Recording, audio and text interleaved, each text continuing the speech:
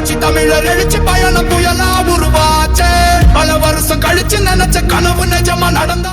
அது மட்டும் இல்ல, இங்க வேற கிட்டி தூக்கிட்டே இருக்கிறாங்க பார்த்துட்டு.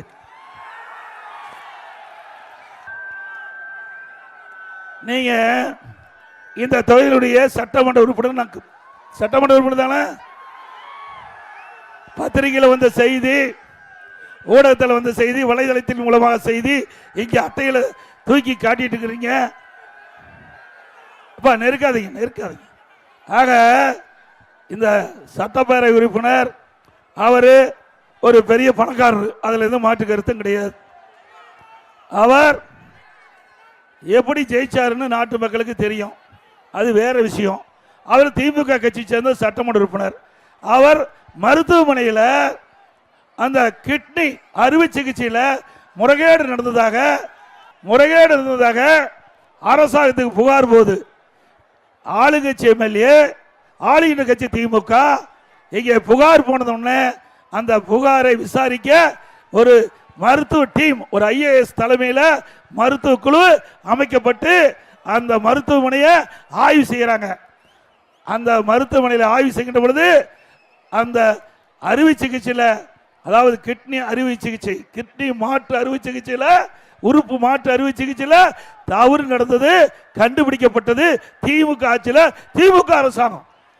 பிறகு தவறு நடந்தது என்று தெரிவிக்கப்பட்டவுடன் அந்த உறுப்பு மாற்று அறுவை சிகிச்சையுடைய அனுமதியை ரத்து பண்ணிட்டாங்க.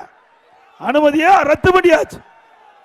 ஆக ஆளுங்கட்சி எம்எல்ஏ, ஆளுகின்ற கட்சி திமுக அரசாங்கம், அந்த அரசாங்கமே முறைகேடு நடப்பதாக கண்டுபிடிக்கப்பட்டு அந்த அரசாங்கமே உறுப்பு மாற்று அறுவை சிகிச்சையுடைய அனுமதியை ரத்து செஞ்சிருக்குது. அப்படின்னா தவறு நடந்திருக்குல்ல? உண்மைதானே? நாம கண்டுபிடிக்கல, எதிர்கட்சி சொல்லல, ஆளுகின்ற கட்சி திமுக கட்சி, திமுக எம்எல்ஏ மருத்துவமனையில் ஆய்வு செய்து கண்டுபிடிக்கப்பட்டு தவறு நடந்திருப்பதாக கண்டுபிடிக்கப்பட்ட பிறகு இதுவரை நடவடிக்கை எடுத்தாங்களா? இல்ல. அறிக்கையின் வாயிலாக வெளியிட்டோம், இதுவரைக்கும் உண்டான நடவடிக்கை எடுக்கல. திராவிட முன்னேற்ற கழக அரசு இன்றைக்கு உயர்நீதிமன்றம், மதுரை உயர்நீதிமன்ற கிளை இதுக்கு வார்னிங் கொடுத்திருக்குது, எச்சரிக்கை கொடுத்திருக்குது. உறுப்பை திருடுவது குற்றம். ஒரு மனிதனுக்கு உறுப்பு முக்கியம், அதை கூட இந்த அரசுல விட்டு வைக்கல. ஆக தவறு நடந்த மருத்துவமனை மீது எவ்வளவு பெரிய ஆளா இருந்தாலும் சட்டத்தை முன் சமம், அதை இந்த அரசு உடனடியாக நடவடிக்கை எடுக்க வேண்டும். இப்ப நீதிமன்றத்தில் வழக்கு இருக்குது. இன்னைக்கு நாம நிறைய கேள்விப்பட்டிருக்கிறோம், பணத்தை திருடுவாங்க, நகையை திருடுவாங்க, உறுப்பையும் திருடுற அரசாங்கம் ஒரே அரசாங்கம், திமுக அரசாங்கம். இன்னொன்று, இந்த தொகுதியுடைய சட்டமன்ற உறுப்பினர், இந்த தொகுதிக்கு சம்பந்தப்பட்டவர், அவருடைய மருத்துவமனைக்கு வந்தா இலவசமா சிகிச்சை அளிப்பதா சொல்லியிருக்கிறாங்க. போனீங்க, பரவாயில்ல, சிகிச்சை பெற்றிருப்பீங்க. ஆனா இது நடந்ததோ இல்லையன்னு எனக்கு தெரியாது. இருந்தாலும் யாரெல்லாம் திராவிட முன்னேற்ற கழக கட்சிக்காரர் நடத்துகிற மருத்துவமனைக்கு போய் சிகிச்சை பெற்றீங்களோ அவரெல்லாம் ஸ்கேன் பண்ணி பார்த்துங்க. திமுக கட்சிக்காரர் நடத்துகின்ற மருத்துவமனைக்கு நீங்க சிகிச்சைக்கு போயிருந்தீங்களா? உங்களுடைய உடல் உறுப்பு உள்ள இருக்குதா இல்லையான்னு நீங்க ஒரு ஸ்கேன் பண்ணி பார்க்கறது நல்லது. நல்லதுக்காக சொல்றேன். ஏன்னா நாமக்கல் மாவட்டம் பள்ளிப்பாளையத்தில் இந்த 2 நாளைக்கு வந்து பேப்பர்ல வந்திருக்குது, அந்த அம்மாவுக்கு கிட்னி, அந்த அம்மா கிட்னி கொடுப்பதாக தெரிவிச்சிருக்கிறாங்க, கூட்டிட்டு போயிருக்கிறாங்க. வறுமையின் காரணமா கிட்னிக்கு பதிலாக கல்லீரல் எடுத்துட்டாங்க. கிட்னிக்கு பதிலாக கல்லீரல் எடுத்துட்டாங்க. இது எவ்வளவு கொடுமை! வறுமை என்பது ஒரு மனிதனுக்கு மிக கொடுமையானது. அந்த கொடுமையை பயன்படுத்தி இப்படிப்பட்ட பணக்காரர்கள், இப்படிப்பட்ட பதவிகளை வைக்கின்றவர்கள் ஏழைகளை வயிற்றை அடித்து ஏழைகளுடைய உறுப்புகளை முறைகேடாக எடுப்பது குற்றம். நீங்கள் நடவடிக்கையை எடுக்கப்பீர்கள் என்று நம்புகிறோம். நீதிமன்றத்தில் வழக்கு இருக்குது.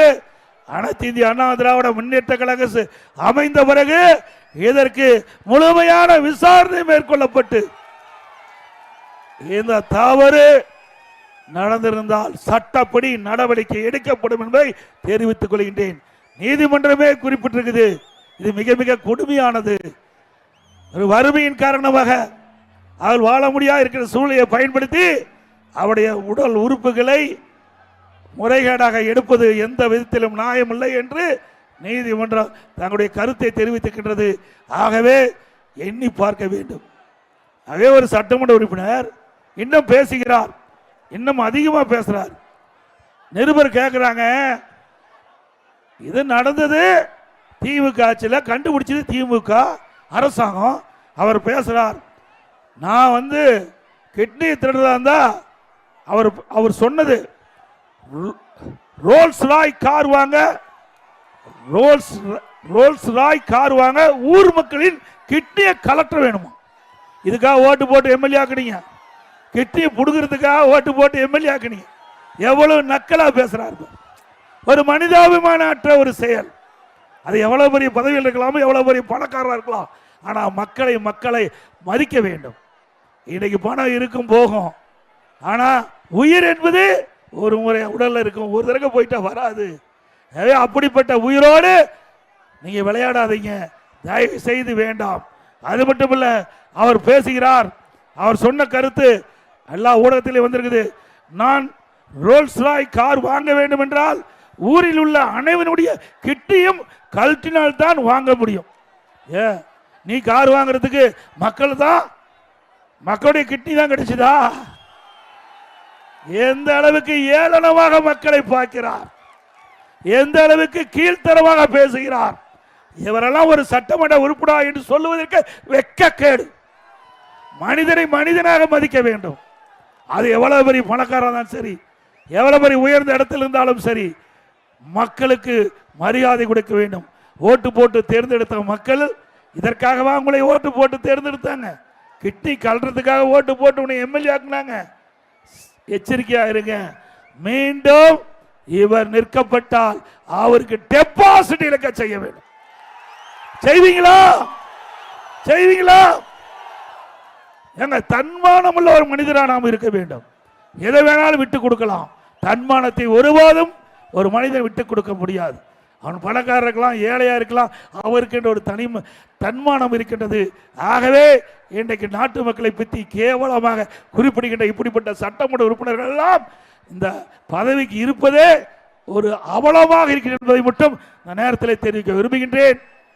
தமிழர் எழுச்சி பயணம் புயலா உருவாச்சே, பல வருஷம் கழிச்சு நினைச்ச கனவு நிஜமா நடந்தா